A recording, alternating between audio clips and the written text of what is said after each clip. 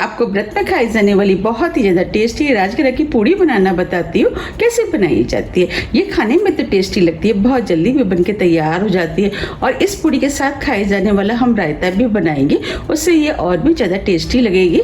तो चलिए देख लेते हैं इसे कैसे बनाया जाता है। राजगिरा की पूड़ी बनाने के लिए ये हमने 1.5 कप राजगिरा का आटा लिया है और ये आटा इस तरीके के पैकेट में हमें इजीली मार्केट में मिल जाता है।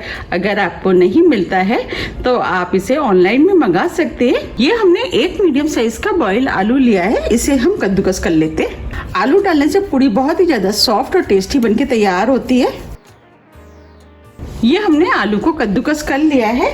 जो हमने राजगिरी का आटा लिया था वो हम इस बॉल में डाल देते हैं।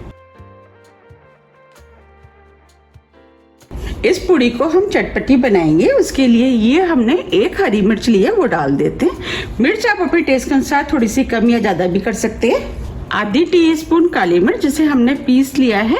आधी टीस्पून सेंधा नमक आप अपने टेस्ट के अनुसार थोड़ा सा कम या ज्यादा भी कर सकते हैं। थोड़ा सा हरा धनिया। अब हम सभी चीजों को अच्छे से मिक्स कर लेते हैं। अब ये सभी चीजें अच्छे से मिक्स हो गई हैं। अब हम इसके अंदर थोड़ा थोड़ा पानी डाल करके डो बनाएंगे। इसका डो बिल्कुल उसी तरीके से बनाएंगे जैसे कि हम पूड़ियों का बनाते हैं। पानी थोड़ा थोड़ा करके ही डालना है जिससे कि ज्यादा ना हो जाए।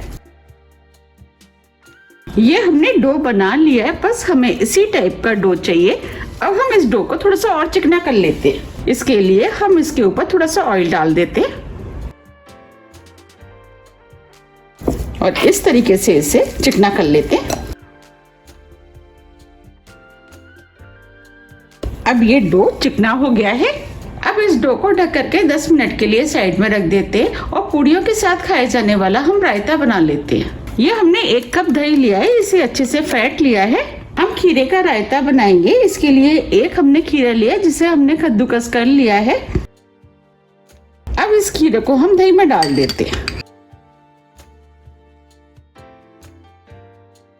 ये आधी हरी मिर्च ली है, वो डाल देते हैं। मिर्च आप अपने टेस्ट के अनुसार थोड़ी सी कम या ज्यादा कर सकते हैं। 1/4 टीस्पून काली मिर्च जिसे हमने पीस लिया है। 1/4 टीस्पून भुना वाला जीरा। नमक टेस्ट के अनुसार। थोड़ा सा हरा धनिया। अब सभी चीजों को मिक्स कर लेते। अब ये खीरे का रायता बनके तैयार हो गया है। ये रायता खाने में बहुत ही ज्यादा टेस्टी लगता है। 10 मिनट करीब हो गए हैं। अब ये आटा भी सेट हो गया है। अब इस आटे को हम थोड़ा सा और चिकना कर लेते हैं। अब ये चिकना हो गया है। अब हम इसकी लोइयां तोड़ लेते हैं। लोइयां आप अपने हिसाब से तोड़ लें कि आपको पूड़ी का साइज क्या रखना है, उस हिसाब से आप लोइयों को तोड़ लें। हम एक छोटे नींबू के बराबर की लोइयां तोड़ेंगे क्योंकि हम छोटी छोटी पूड़ियां बनाएंगे। इस तरीके से हम सभी लोइयों को तोड़कर तैयार कर लेते हैं। ये हमने सभी लोइयों को तोड़ लिया है। अब हम इसमें से एक लोई ले लेते हैं और इस लोई को इस तरीके से हम चिकना कर लेते हैं। देखिए ये लोई चिकनी हो गई है। अब हम पूड़ी बेल लेते हैं। पूड़ी बेलने के लिए ये हमने चकला लिया है। हमने जो लोई बनाई थी उसे हम इस तरीके से सूखे आटे में लपेट लेते हैं। अब इसकी पूड़ी बेल लेते हैं। हमें इसकी पूड़ी थोड़ी सी मोटी ही बेलनी है क्योंकि इसकी पूड़ी थोड़ी सी मोटी ही बनाई जाती है।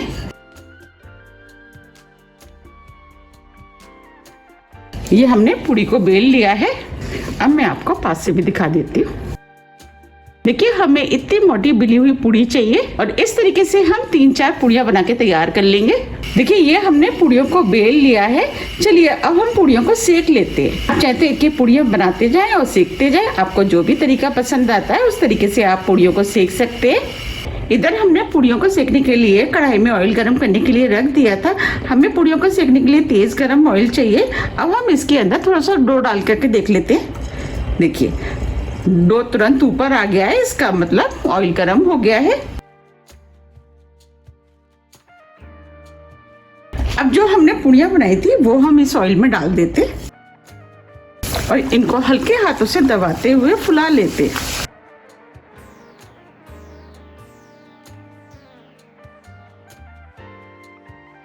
देखिए पूड़ी फूल गई है, इसे पलट देते।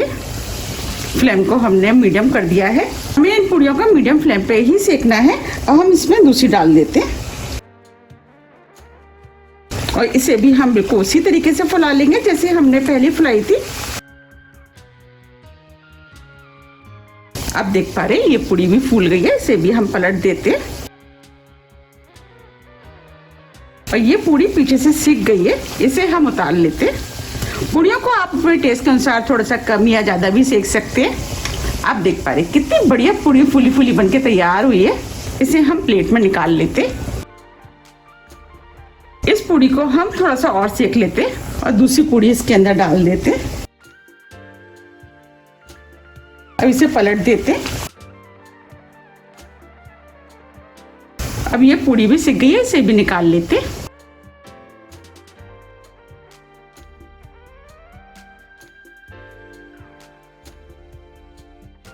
अब दूसरी पूड़ी डाल देते हैं। इस तरीके से हम एक एक पूड़ियों को डालते रहेंगे और सेकते रहेंगे।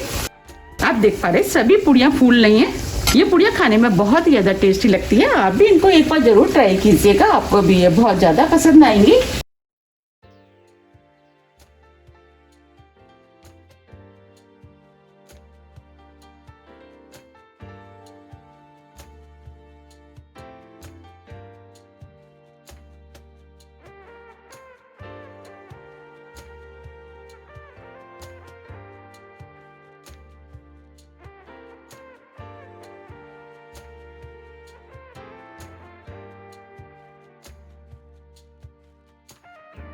इस तरीके से हम सभी पूड़ियाँ बना के तैयार कर लेंगे।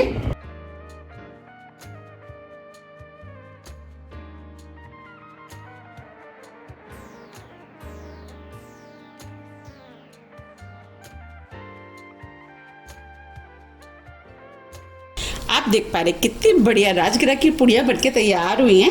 आप इन पूड़ियों को किसी भी व्रत वाली आलू की सब्जी के साथ खा सकते हैं।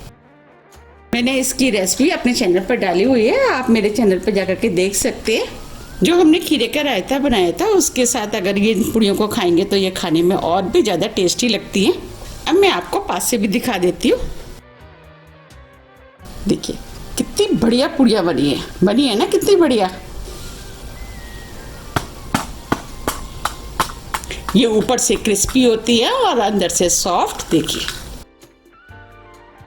कितनी सॉफ्ट पूड़ियाँ बनके तैयार हुई हैं।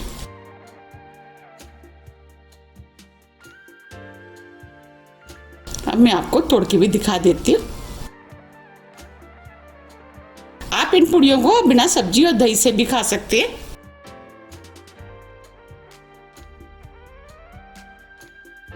आप इन पूड़ियों को बनाइए, खाइए, फिर मुझे कमेंट्स करके ये ज़रूर बताइए कि आपको ये पूड़ियाँ कैसी लगी। अगर आपको मेरी रेसिपी पसंद आ रही है तो आप ज़्यादा ज़्यादा फ्रेंड और फैमिली के साथ शेयर कीजिए और मुझे कमेंट्स करके ये ज़रूर बताइए कि आप इन्हें कब बना रहे हैं। आप इन्हें सिर्फ व्रत में ही नहीं, आप कभी भी बना करके खा सकते हैं क्योंकि खाने में होती इतनी टेस्टी है। अगर आपको मेरी रेसिपी थोड़ी भी पसंद आती है तो रेसिपी को लाइक कीजिए, चैनल को सब्सक्राइब कीजिए और ज़्यादा से ज़्यादा शेयर कीजिए। अब हम फिर मिलते हैं इसी तरह की टेस्टी रेसिपी के साथ। जब तक के लिए नमस्कार।